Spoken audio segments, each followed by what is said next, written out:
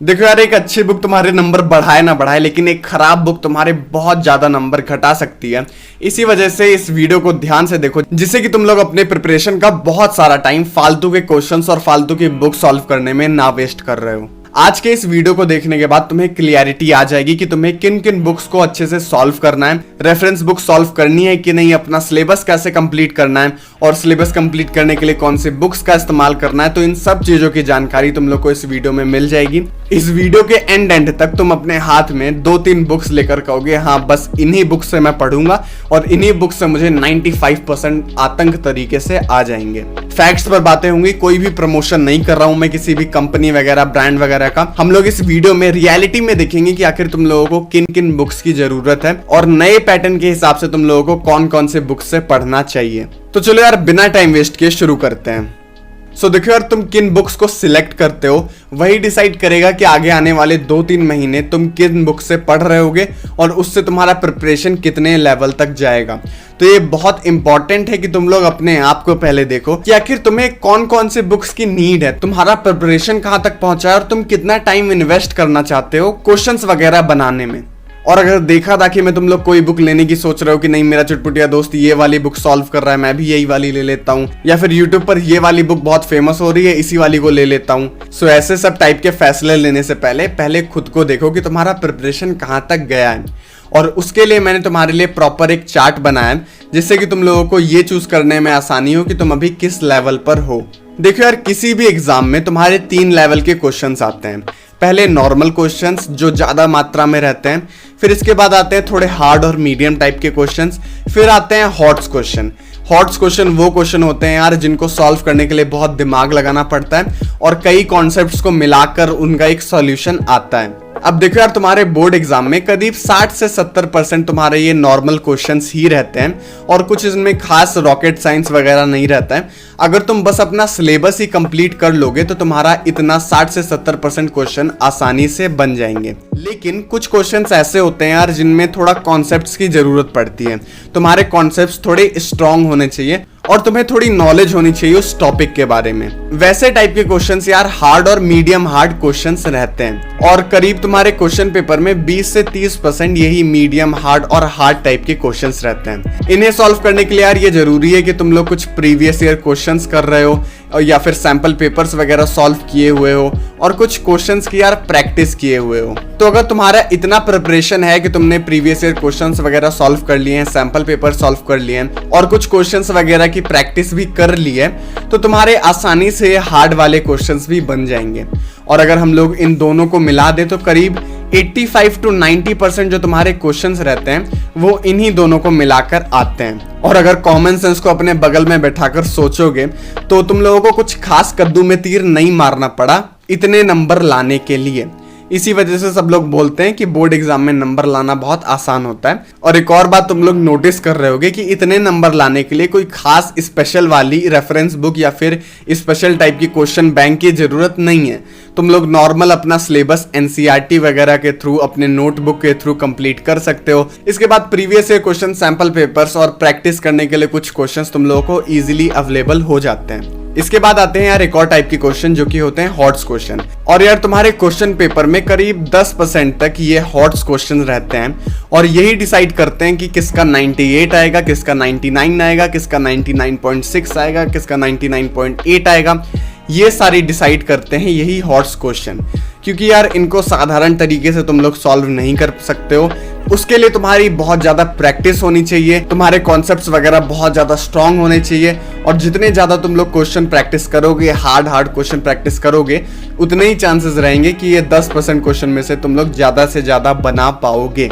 अब यार तुम लोगों को देखना है कि तुम अभी किस लेवल में हो। क्या तुमने सिलेबस कंप्लीट कर लिया, एकदम अच्छे से सिलेबस कंप्लीट हो गया है, या फिर तुमने सिलेबस कंप्लीट करने के बाद अब तुम प्रीवियस ईयर क्वेश्चंस वगैरह कर रहे हो, सैंपल पेपर और एक्स्ट्रा क्वेश्चंस वगैरह कर रहे हो, या फिर तुम्हारा ये दोनों एकदम अच्छे से प्रिपेयर हो गया, अब तुम लोगों को हॉट्स क्वेश्चन करने हैं, एक्स्ट्रा क्वेश्चन सॉल्व करने हैं। तो देखो यार, तुम लोगों को इससे पता चल जाएगा कि तुम अभी किस लेवल में हो और तुमको किस टाइप की बुक्स चाहिए।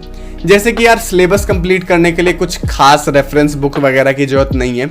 अगर तुम लोग अभी इस लेवल में हो, जो कि ज्यादातर लोग होंगे यार, क्योंकि ऑनलाइन क्लासेस के शक्ल में ये जो वीडियो कॉल्स होती हैं उनमें कुछ खास समझ में आ नहीं रहा होगा तुम लोगों को। सो चलो यार अब डायरेक्टली अपने बुक्स पर आते हैं कि तुम लोगों को कौन कौन से बुक्स लेनी चाहिए। सो देखो यार, अगर अभी तुम लोग लेवल 1 में हो, जो कि ज्यादातर लोग होंगे, तो अभी आंख बंद करके तुम लोग एनसीईआरटी पर फोकस करो।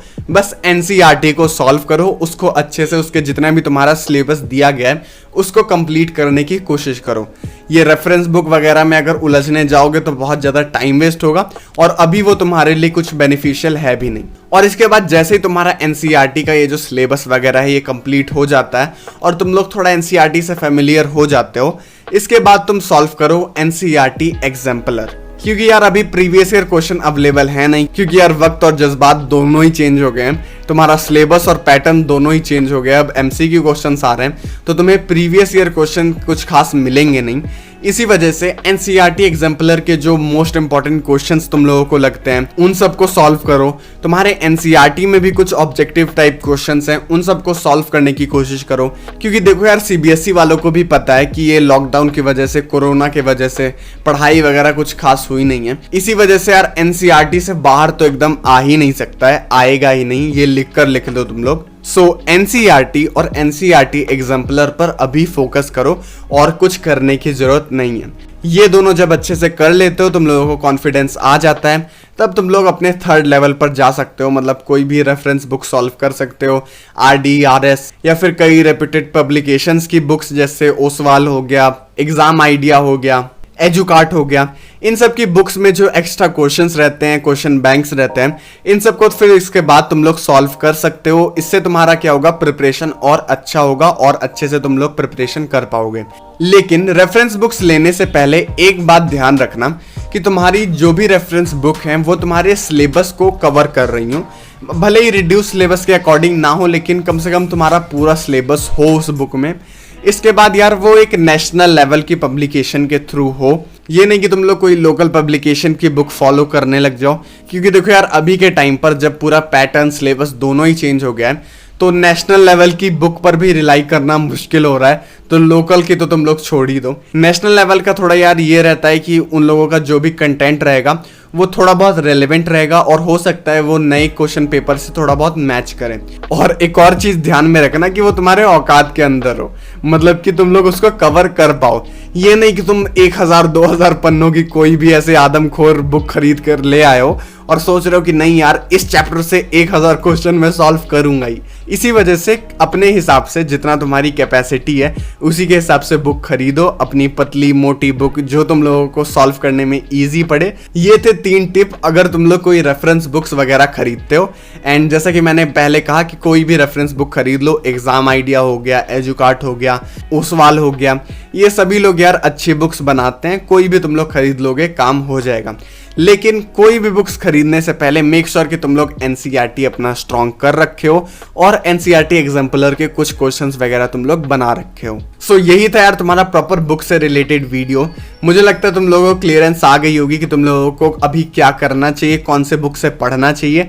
सो उसी के अकॉर्डिंग पढ़ो, तुम्हारे लेवल के हिसाब से तुम अपनी बुक खरीद सकते हो। रेफरेंस बुक को स्टार्टिंग से ही सॉल्व करना बेवकूफ़ी रहेगी। पहले एनसीईआरटी अपना यार क्लियर करो, सिलेबस क्लियर करो, फिर इसके बाद रेफरेंस बुक में जाओ, फिर वो कुछ बेनिफिट करेगा। और इसमें यार एक और चीज ऐड करना इंपॉर्टेंट है जो कि लगभग 80% स्टूडेंट का कंफ्यूजन रहता है। क्योंकि यार नॉर्मल लाइफ में ना 80% लोगों को यार कंफ्यूजन है कि एनसीईआरटी एग्जाम्पलर होती कैसी है, और एग्जाम्पलर के बारे में बस यही यूट्यूब वीडियोस वगैरह में ही सुना है, रियलिटी में कभी किसी के पास भी नहीं देखी। सो अगर तुम्हें भी ये दिक्कत है, क्योंकि यार मेरे टाइम पर बहुत ज़्यादा दिक्कत आई थी, एनसीईआरटी एग्जाम्पलर्स कहीं पर भी मेरे लोकल स्टोर्स वगैरह पर नहीं थी, इसी वजह से मुझे बहुत दिक्कत आई थी और इसी वजह से मैं मेक श्योर कर रहा हूँ कि तुम्हें वो दिक्कत ना आए। इसी वजह से यार मैं तुम्हारे लिए chapter by chapter most important question जो तुम लोग एग्जाम्पलर से ढूंढते, एनसीईआरटी में ढूंढते, किसी रेफरेंस बुक में ढूंढते, उन्हें मैं ढूंढकर एक पीडीएफ फॉर्म में अच्छे से ला रहा हूं। उसका हम लोग यार एक्सप्लेनेशन देखेंगे, क्वेश्चन बाय क्वेश्चन हम लोग अच्छे से क्लियर करेंगे और चैप्टर बाय चैप्टर अपना सिलेबस अच्छे से कंप्लीट करेंगे। अभी के टाइम पर सोशल साइंस और साइंस के तुम्हारे वीडियोस आएंगे। 28 जुलाई से तुम्हारे ये वीडियोस आना शुरू हो जाएंगे, सीरीज प्रॉपर शुरू हो जाएगी। तो तब तक का इंतजार करो, और अगर सब्सक्राइब नहीं किए हो तो अभी सब्सक्राइब कर लो, क्योंकि जस्ट एक वीडियो में तुम्हारा सारा MCQs वगैरह जितने भी इंपॉर्टेंट MCQ हैं ये सारे कंप्लीट हो जाएंगे। और साइंस और सोशल साइंस की फिर चिंता एकदम छोड़ देना। एंड अगर तुम्हें सिलेबस कंप्लीट करने में दिक्कत आ रही है तो सोशल साइंस के और साइंस के यार गजब के एक्सप्लेनेशन वीडियोस इस चैनल पर अवेलेबल हैं। सोशल साइंस के ऑलरेडी अवेलेबल हैं और साइंस के गजब गजब वीडियोस जल्दी ही आने वाले हैं, तो मेक श्योर कि तुम लोग उन्हें भी देखो। मैं डिस्क्रिप्शन में लिंक दे दूंगा। जितना भी कंटेंट आएगा क्वालिटी कंटेंट आएगा और तुम्हारे नीड के हिसाब से कंटेंट आएगा। तो मेक श्योर कि तुम लोग सब्सक्राइब कर लो, चुटपुट या दोस्तों के पास भी भेज दो। एंड हाँ, लाइक जरूर करना, जिससे मुझे पता लगे कि हाँ ये वीडियो तुम लोगों के लिए हेल्पफुल था। कोई सजेशन हो, कोई प्रॉब्लम हो, कोई क्वेश्चन हो तो नीचे कमेंट सेक्शन में पूछ सकते हो। सो बस इस वीडियो को बंद करते हैं यार। Thanks for watching.